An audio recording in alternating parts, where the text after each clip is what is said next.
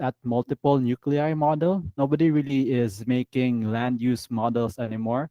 It's all about now making more um, bottom up grassroots type analysis of cities, because like these land use models are very top down, generalized, and what do you call this? Um, Almost kanang vague in its description of city, but it helps like identify a pattern. So that's what they're useful for. Today, it's really more about getting into the nitty gritty of what's going on in urban development. That's why next time we'll be talking about urban design, and you can see the different streets, focusing on what do we place in those streets and how to create basically meaningful public space in cities. Is it recording yet? Finally, it's recording. Okay, so that's this thing that we discussed last week. Okay, so now just like a quick recap. So urban and regional planning is about managing resources basically. And then as we all know, it's important to manage resources because we have a limited amount, especially in the Philippines, where we have not as much sort of open land, and we're separated geographically by different bodies of water. So there's even a greater sort of impetus or need in the Philippines to have urban and regional planning. And then going back to our definitions of what is an urban area in the Philippines is really dictated by the population. So key factors are population, economic activity, and land area.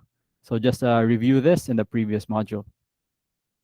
And now I tried to summarize all of our data from, we have about 32 sort of submissions, unique barangays and cities. And based on, in our class specifically, the most dense barangay is Barangay Quiyot with a density of 36,000 persons per kilometer square. And then this also brings a kanang, what do you call this? Brings a sort of weakness in measuring density, because it says here density is 36,000 per kilometer square, but the total population is only 27,000. But still, it's pretty dense, especially since it has the smallest per area, per kilometer square area in our whole class. So just to put things in perspective. Meanwhile, the biggest or like the least dense barangay, based on our what they call here population density, basically dividing uh, people per area. So number of people per kilometer squared. So looking at poblacion in Barili in Cebu province, it has a density of 3,456 persons per square kilometer. And then notice that it only has 5,000 total population. So this is something I want everyone to be aware of, that density is not the final factor, or numbers in general are not the final factor in determining if a city is in good condition, if it's sustainable, if it's healthy, or if it's going forward or going backward. Because in the next slide, we'll review physically what these sites look like. And then just to compare, fortunately, we have one student from overseas. We have someone from Doha City over here. And just to compare, Doha City has a total population of 646,000. And that's only about less than half of the total population of Manila City. And of course, because there's more people in a lesser area, the density is also a lot higher. Based on my research, I think it's universally agreed that Manila City is probably one of the densest cities in the whole world. So that's a lot of people sharing the same land area. So really, it brings to mind why our like national city planning, all the way down to our local city planning, our comprehensive land use plans, is so weak, or like there's really a need to improve it. And that goes back to governance and a lot of the socio-economic stuff. And just for comparison, Cebu City has a population of 964,000 as of 2020. So the density is really not that high, because Cebu City technically has a land area of 291. But take note that of that 291 square kilometers, only 30% is buildable or is safe to be built. safe to build on because of the slope, because of the way the island is shaped. Because in the middle we have the mountains areas, and then it slopes down into like our beaches and bodies of water. Manila is only 42, what they call this, square kilometers, but it's flat land. It's relatively safe from any natural hazards. So that's why they were able to populate it with almost a little bit over like 800,000 more people, something like that, minus 900,000. Yeah, like no, like a million more people actually. My math. So very quickly, for those who are kind of interested, let's take a look at 291 times zero point 0.3. What is 30% of 291? See, 291 times zero point 0.3, and it's 87 kilometers square. So even like still bigger than the total land area of Manila. So that's how dense Manila is. And then another one over here, another big city in the Philippines is Davao City and Region 11 with over 1,770, let's just say round off, 770 people. But the land area is very large. Technically, the land boundary or the boundary for Davao City is about 2,000 square kilometers. So the density is very low. So it still has room to develop in a safe way. And basically, the goal of the Philippines now is not to end up, the goal of every city in the Philippines is not to end up like Manila. Okay. So now let's look at Barangay Poblacion in Barili and Barangay Quiyot in Cebu. So Poblacion is on the left, Quiyot is on the right. Notice that Poblacion is able to maintain a more or like a somewhat grid-like pattern, and this is important that places like Poblacion maintain this grid line pattern because it is very useful for developing transportation infrastructure, your roads. It's a lot easier to maintain if it follows a grid pattern versus this sprawling, almost or basically planless pattern. Usually, barangays or cities develop this pattern when it has a lot of economic growth, but not a lot of, but no planning. So it's the market or the real estate market decide where we build, where the roads get developed, and basically who has the most money dictates where the infrastructure goes. It becomes this unbalanced and very unsustainable method of development. So I would like those who are watching or those who are watching this later to take note of the great differences in the physical, what do you call this? The physical infrastructure, the built environment, and not just the numbers, because the numbers are only a part of the equation. So 27,000 population looks like this. It's like sprawling, and it probably with this needs to be intervened at least like in the next 5 years at or if possible right now, because this will tear up our like natural resources. Also, as we heard from our other students, that these mountainous areas are prone to landslide and flooding, which is why we shouldn't have the government should have stopped development here in the first place. But yeah, that's too late now. Now all we can do is mitigate the damages. So yeah, that's it. Let's see.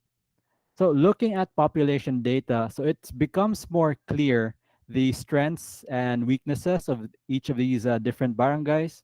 And then looking at the population data, we can see that this area, Barili, has an increasing population, similar to Cebu City, increasing population. But in Barangay Quiyot itself, the population is declining, which is like something that should be looked into, or probably there are other growth areas in Barili that are attracting more people. On the minus side, this is not good for economic growth. On the plus side, this means that sudden sprawl or sudden development can be managed because there's not a lot of people living in this area. On the other hand, you look at Barangay Quiyot and you see the population just like surging from like 2010 to like 2015. And this is the result, unsustainable, uncontrolled growth. So that's what we're trying to sort of prevent. And then going back, zooming out to like the national level, some facts here from the OCHA. So there are 8 regions that depend on agriculture as a major resource or major source of livelihood. On the average, 33.5% of houses in 6 regions in Mindanao are built with strong walls and roofing materials. So that's a good thing. Biggest population is in region 4A. Most densely populated is NCR. Most sparsely or like least dense is CAR. What's the CAR mean again? Let's see. AB, Cagayan Valley, Verzon. Forgot what CAR means. Something region. Here we go. Cordilleras Administrative Region. Um, might be interesting. I need to take note of the differences between administrative and autonomous region. I think autonomous is like more independent. I think this is just the ARMM. Now the BARMM. I think they added I forgot what the B stands for, but they yeah, updated their name. Okay. And then looking at the provincial level, oh no, the regional level, sorry. We can see that the problems that we see in the barangay level are more or less echoed in the provincial, I keep the regional level. So this is Central Visayas. Our biggest sort of weaknesses here is really food security. 78% of households in Region 7, Central Visayas, have like problems accessing food. On the bright side, there's 70% access to water and toilets, proper toilets, 43% water security, source security. So that's bad. So we need, that's like less than half have like access to clean water. And there's still like about 30, less than 30%, 25% who don't have access to proper toilets. So this brings about issues with health, and then everything else goes after. Like if you're not healthy, you probably can't work or go to school properly. And then if the population isn't healthy, less of them get educated. And if you have less people are educated, less people are working, and less like economic development. So less money. And of course, you have corruption. So that takes up a big chunk of it as well.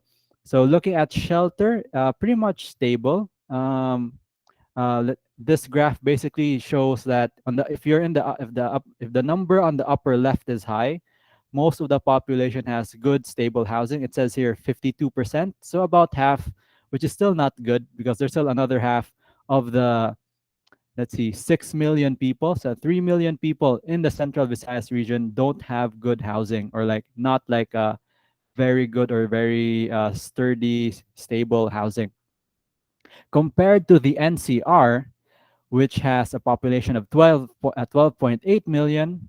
Let's see, food security is still a problem with 64% not having or having food insecurity. Let's see here. Over 40% don't have access to clean water, like safe, easy access to clean water, but only 2% don't have access to proper toilets. So at least that's a good thing. So in general, um, before the pandemic, people in Manila were technically healthier. Technically healthier. They have access to toilets, but food is really a problem. There's only a 10% difference in food security. Central Visayas having 78% food insecurity, and NCR having 64% food insecurity. So they have like lesser access to food. And you notice that, remember we talked about thinking in systems. If the population is healthier, or they have like access to food, clean water, wastewater, like access to toilets, so technically they would perform better. Livelihood is like up. Let's see here. Labor force is 62.3% participation rate. And then, oh, interestingly, in Cebu province, it's 63%, what do you call this, participation rate. But again, note that Cebu province only has half the population of NCR.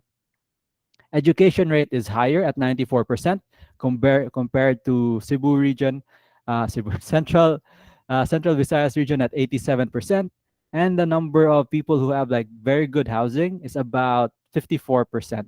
So let's see here. Lower actually than Cebu province. Cebu province is 81% secure housing. I think this is ownership over here. and basically strength of housing is over 88%.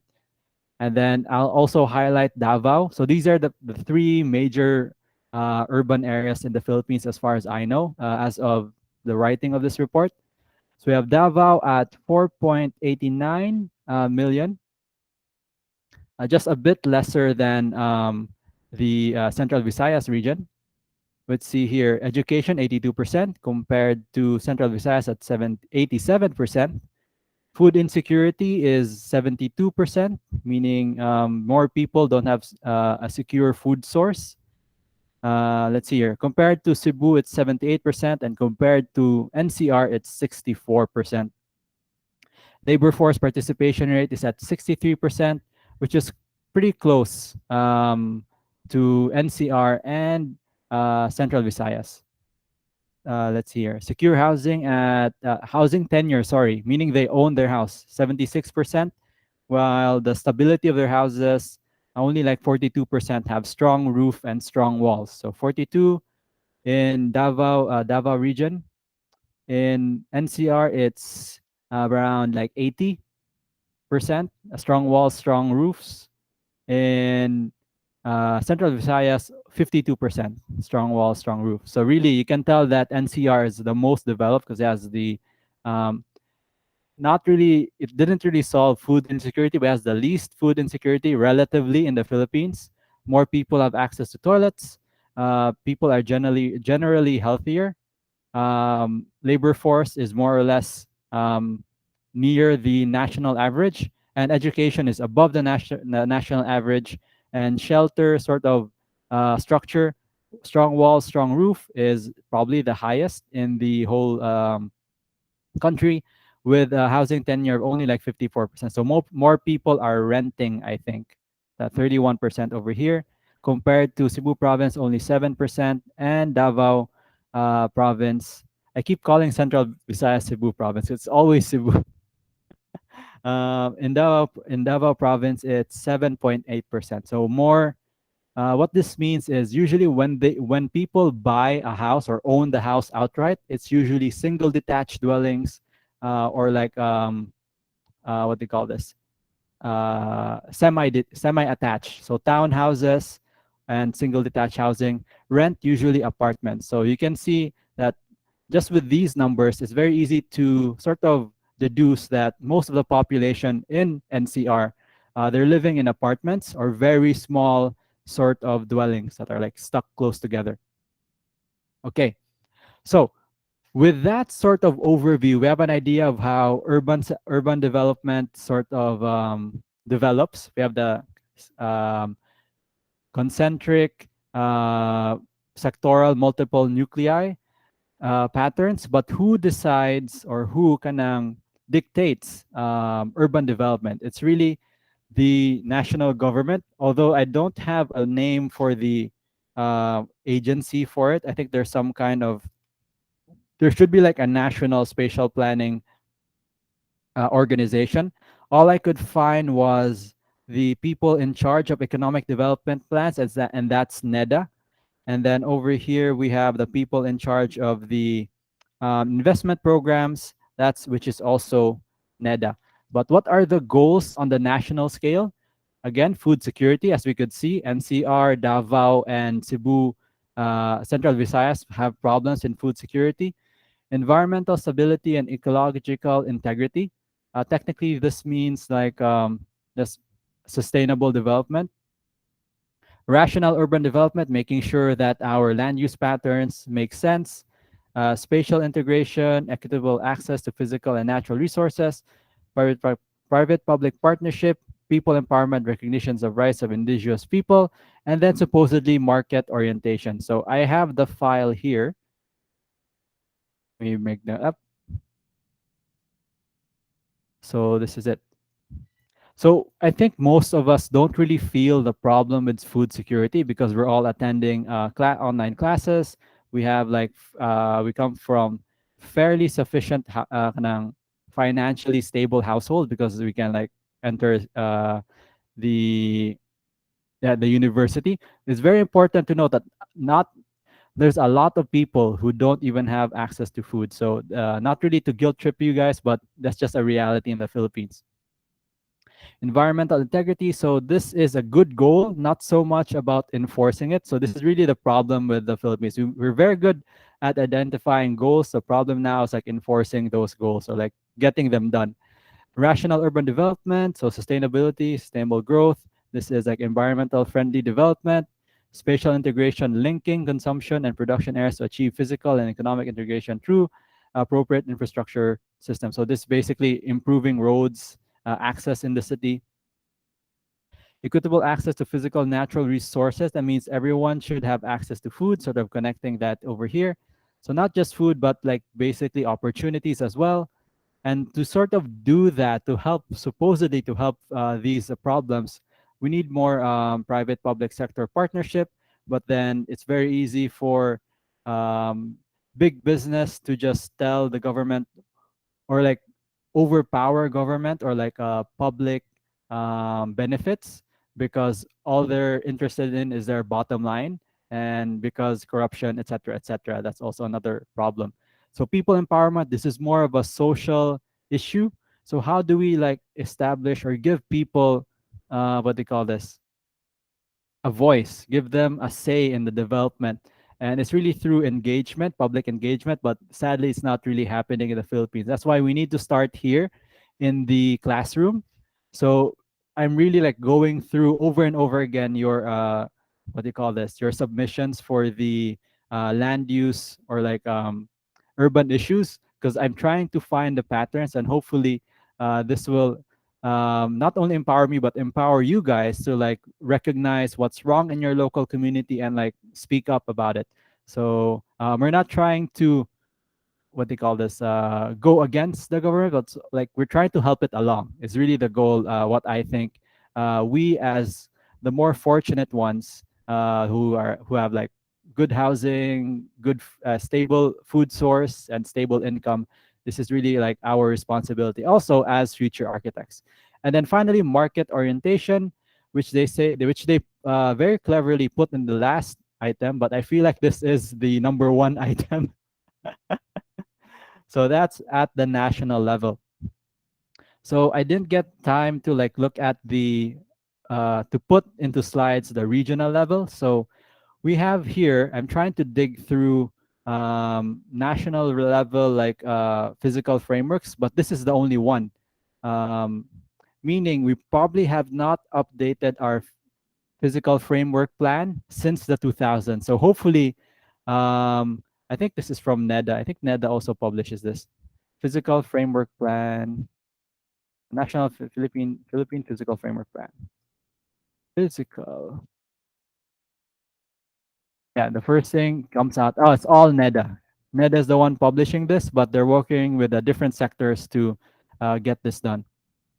So at the regional level, there was only like one website that had everything: the physical framework, the development plan, and the investment program. Remember, we had this in our introduction.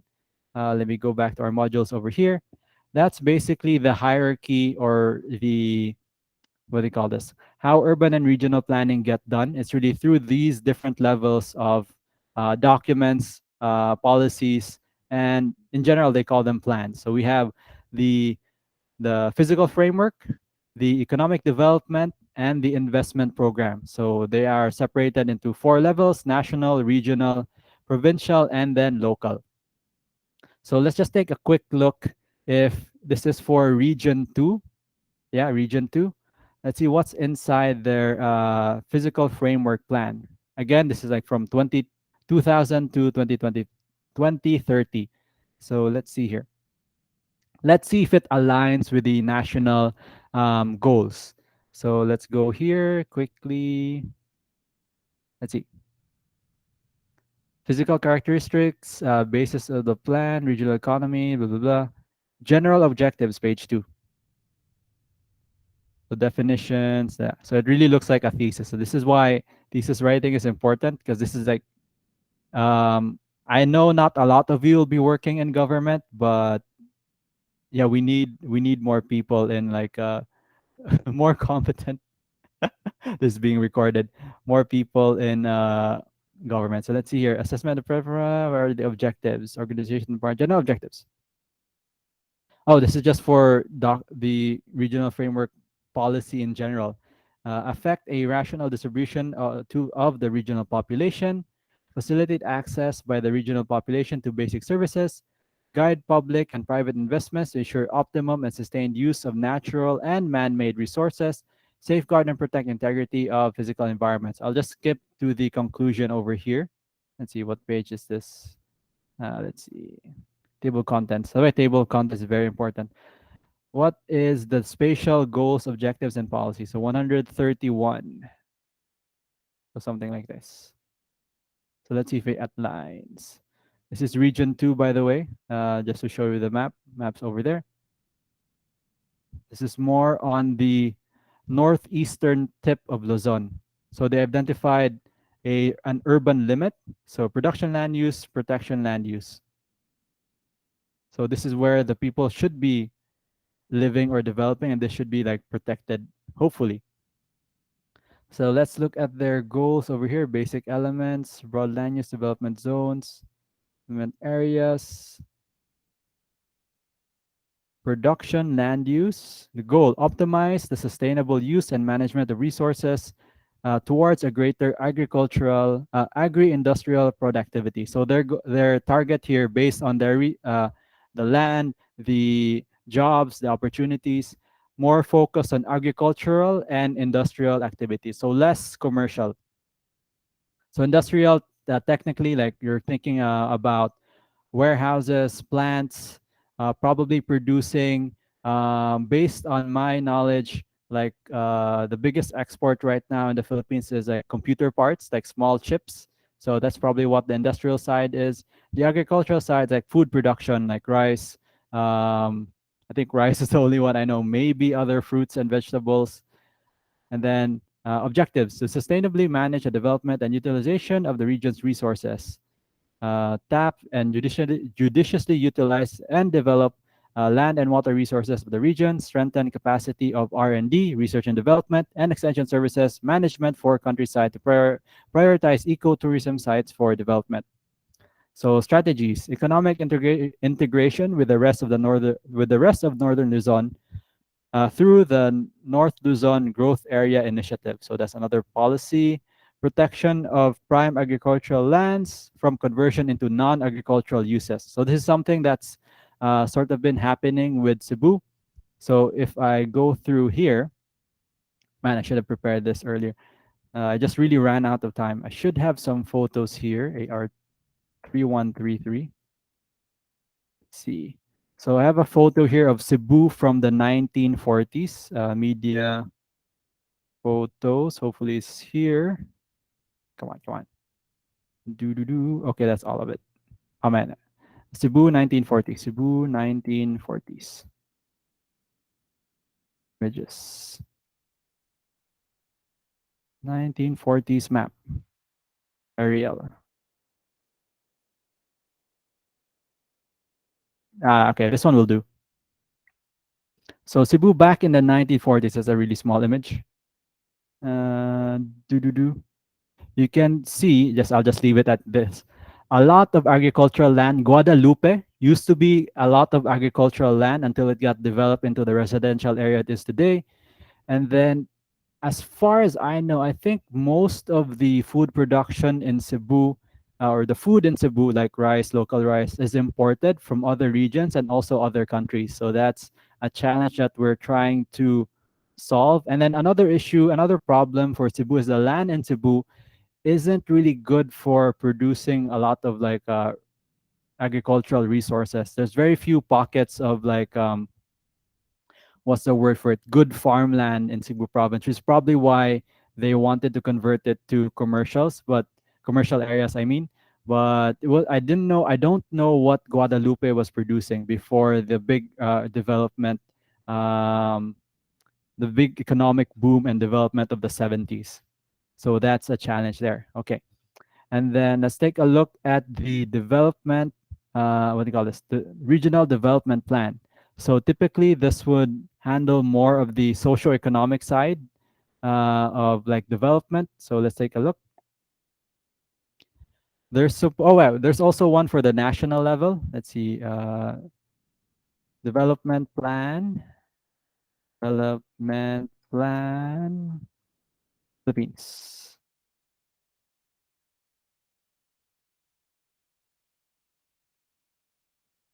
Philippine development plan. I think this is the one. Images.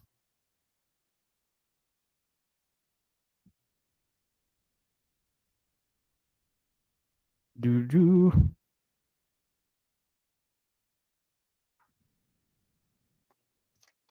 Okay, sorry. Let me just double check. Socio-economic development plan. I missed one word. Socio-economic.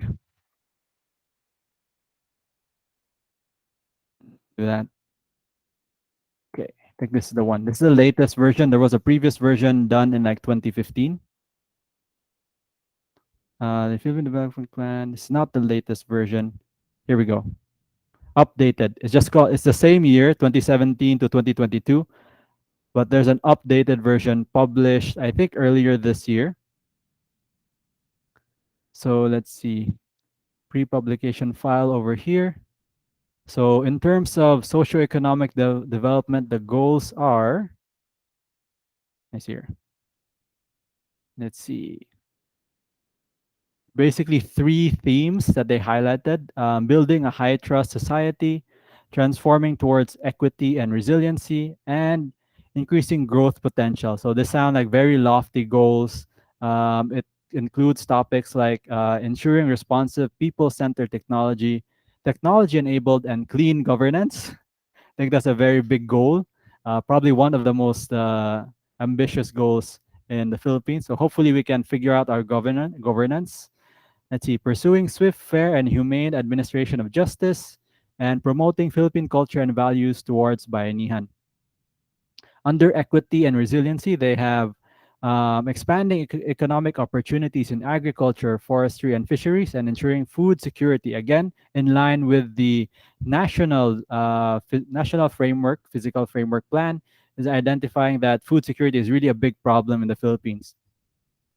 Expanding economic opportunities in industry. So transitioning from um, typically the pattern is like young developing countries are agricultural based, and then once they become more developed, they focus more on industries and services.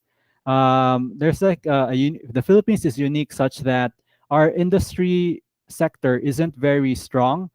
It got overtaken by our services, our BPO sector, technically. So that's the call centers and the tourism. So that falls under like services. What they're trying to do now is like focus more on industry, but to improve industry, you need to have sort of more competitive rates for payment or compensation for people who work in factories, because everyone right now, everybody wants to become a doctor, lawyer. Nobody wants blue collar jobs, and those who are what do you call this, who feel like they can only get blue collar jobs, are forced to migrate out.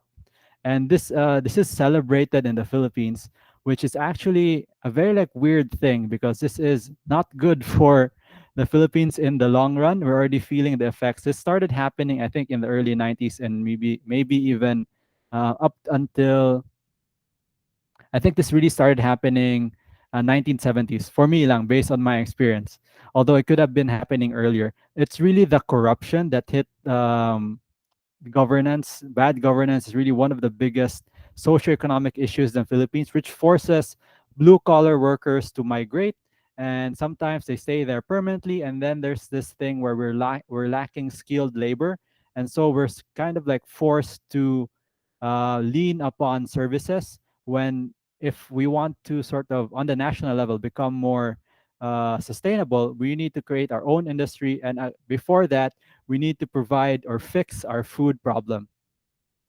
So economic opportunities in, I would say, INS for startups, medium size to, I think this is small level businesses, MSMEs. I forgot the name for it. MSMEs, Philippines. Meaning this is market, something about the market. Let's see. Here we go. Micro, small, and medium enterprises. So this is really comprises the bulk of economic activity in the Philippines, and it's a good idea to like make sure that it's easy to go into business. The capital cost shouldn't be too high, and then that's a really kind of tricky thing, especially because the small business owners are the ones who tend to suffer a lot, especially because the system currently favors the system, quote unquote, currently favors big companies. And it's really funny that we want, based on my experience again, that the big companies owned by local Filipinos tend to abuse their Filipino workers more than the sort of medium to not so large companies that are owned by foreign investors, run by local Filipinos, tend to treat their workers a lot better. For some reason, Filipinos just hate other Filipinos. Go figure. So, human capital development towards greater agility. So yeah, like basically identifying our weaknesses and making it more, fixing our problems. Increasing growth potential, reaching for the demographic dividend across all regions, vigorously advancing science, technology, and innovation. So this falls into education. So this is where, again, I think, based on my experience in city, that really the Philippine education sector is really um, what they call this, lagging behind, and further investment in this is just a good idea. I don't know why it's taken so long. In my 30 years in the Philippines, I think in general the Filipino teachers and the education sector has really been sort of ignored because yeah, I that's just like bad habit, I guess. That's just like Filipinos hating other Filipinos. Let me see here. Okay, I'm almost like over an hour, so let me just wrap this up. So this is just, oh, before that, we need to discuss the investment program. So remember, looking at this graph over here, the physical framework plan informs the socio-economic development plans, and the investment program is the sort of policy or document that helps national up to down to local governments figure out where do they get funding for all their identified goals, objectives, and activities. So what does a investment program look like? Let's see here over here. So this again, this is for region 2 because for some reason they're the only region with the most complete documentation. Let me click here. Updated. Woo, it's all Excel files. What the? Let's look at the PDF. Why is it? Okay. I was hoping for a report, but it's just summarized into a PowerPoint, which again, like seeing myself, I wanted to make a big module, but I could only manage half done PowerPoint. This is really something that me and like the whole, basically all of us in the Philippines need to prioritize. So let's see, how do they get the money in Region 2? Get the funding for their project. So the present process formulation 2017 in preparation of the fiscal year 2022 budget. What are the criteria, typologies, timelines, recent government priorities? So I wish they put the summary in the front. So let's just scroll down here to the end. Okay. So basically, let's see. Yeah, I think this is the easiest one. Contains priority PAP. So this is, I wrote this down somewhere. It's something about programs. PAP is the priority programs and projects. I don't know why the A is there. That contribute to the societal goals and outcomes spelled out in the regional development plan, and its RM is result matrices. So it's basically a criteria, result matrices. So the Regional Development Investment Program feeds into the Public Investment Program or the PIP. And like this is connected to the core investment programs and projects. So core investment programs, that's CIP. There are also non-core investment programs and also 3-year rolling infrastructure programs, so TRIP. So they really like their different acronyms. So I think for our exam is just familiarizing ourselves what are these acronyms meaning, so we can Google it and we can like align our different projects with it. So ideally, why we're learning about this subject, so we can understand the big picture. Where do we fit in the whole? If we're going to practice in the Philippines, in the whole like landscape of built environment in the Philippines.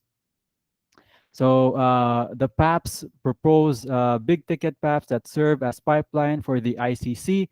I think this is another government agency. I don't know who, and the NEDA board, and then the non-CIPs, non-core investment programs, are proposed priority PAPs that need not go through the ICC or NEDA board review and approval processes, as well as to ongoing priority PAPs. These are the PAPs are the priority programs. I don't know why it's PAP. It's really confusing. And then over here, the TRIP or the 3-year rolling infrastructure program is a 3-year programming document containing NG, national government funded um, priority infrastructure priority programs. So it's double priority. So I think one of the other things we need to do is we need to revise our acronyms because they're becoming more and more confusing. In like our attempt to make it understandable, it becomes more and more confusing. So this is again probably like based just on my experience, another barrier for us, the not so experts, to like consult and help the experts with their different programs and how to make it work. And then if me, like a guy who has a master's, can barely understand it, how much more for the average person, the blue collar workers who are supposed to be the beneficiaries of this program? If I can't understand it, how much more other people? So hopefully this evening I gave you like a glimpse of what's going on in governance. What are the different programs, acronyms, and then the situation at the national and regional level.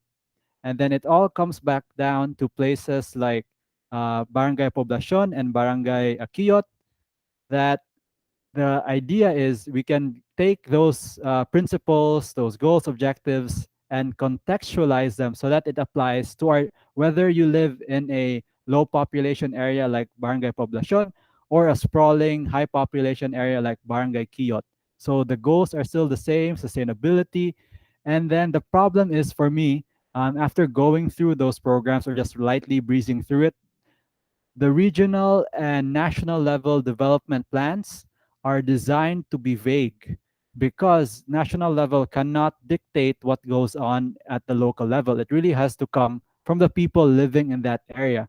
So your projects, I will use them to sort of hopefully create some kind of more, um, because both of these barangays are in Cebu province, something that creates or bridges the gap between the national level, regional level, provincial level, and then the local level.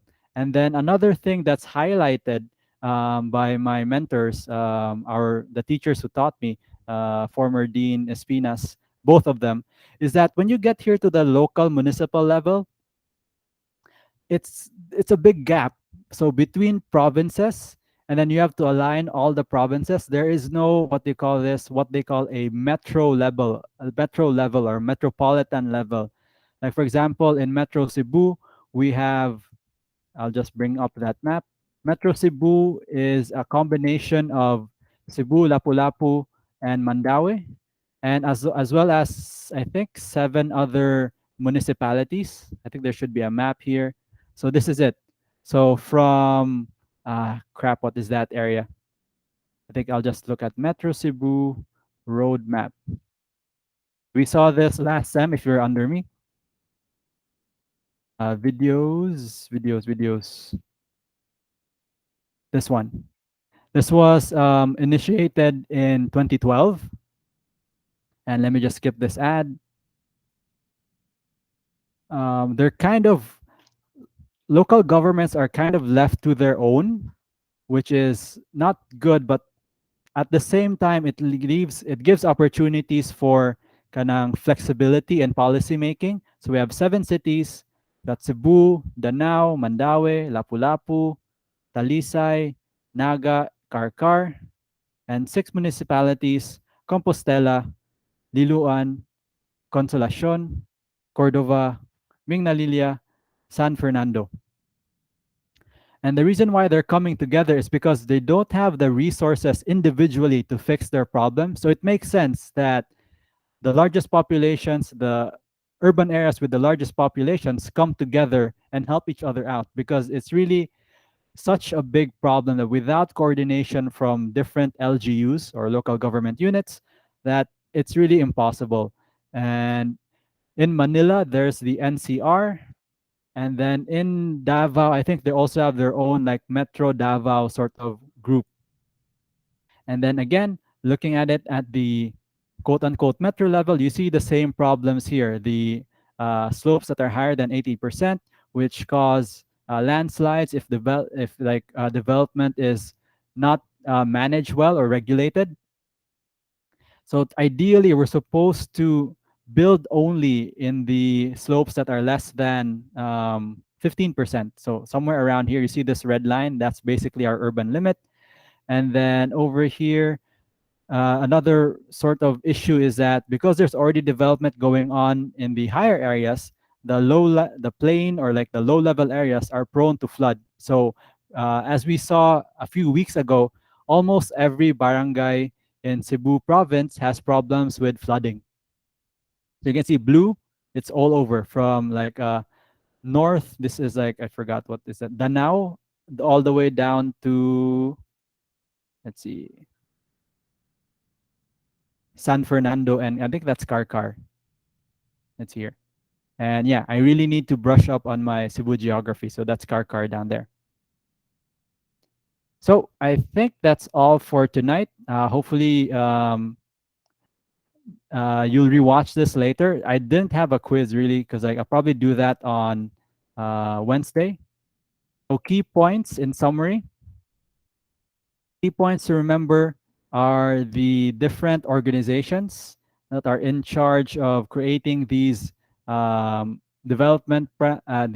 physical framework plan, the development plan, and the investment program.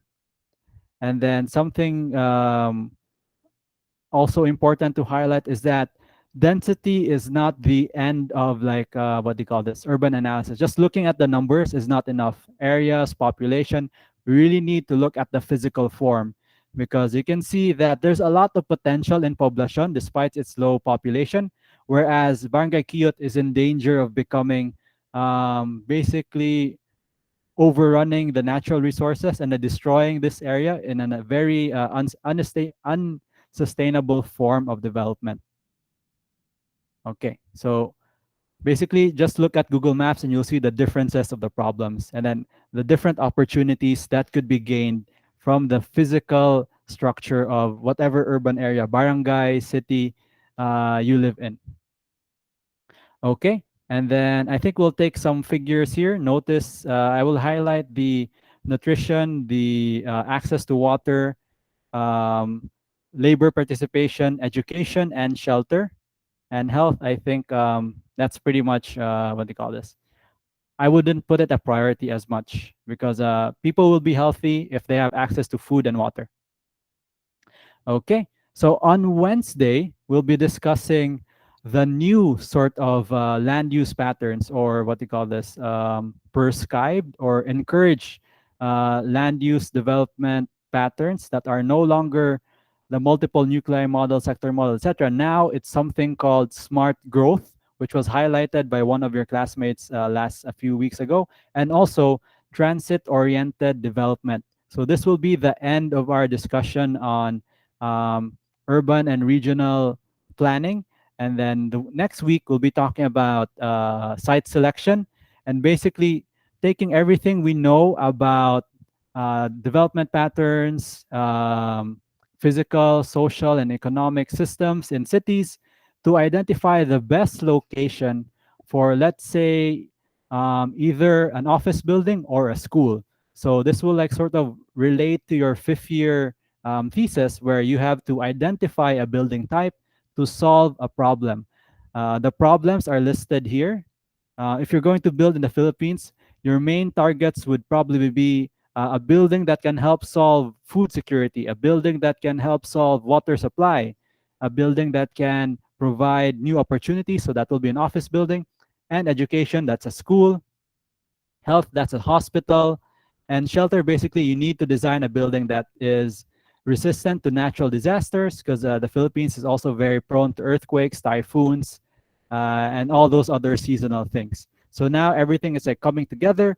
So the benefit of learning this is that when you go to your fifth year, you're more aware. Even like next semester, you're more aware of the problems in your area. I think next semester we'll still be focusing on Cebu because all the teachers are Cebu based, but now you'll be more aware of the different issues, and this will create innovations in your design. So your whatever building you design, you'll be more conscious of, can this building produce food? Is there new technology that I can apply in my design that can produce food? I think we're all very familiar with rainwater catchment systems. We discussed this, like, I think last week we had like one session in that.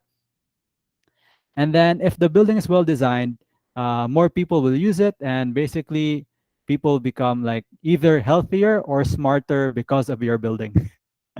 And with that, I end tonight's session. So I'll stop recording. Unless there are some questions. Let's see. Are there any questions? Okay, no questions. So stop recording. Stop recording.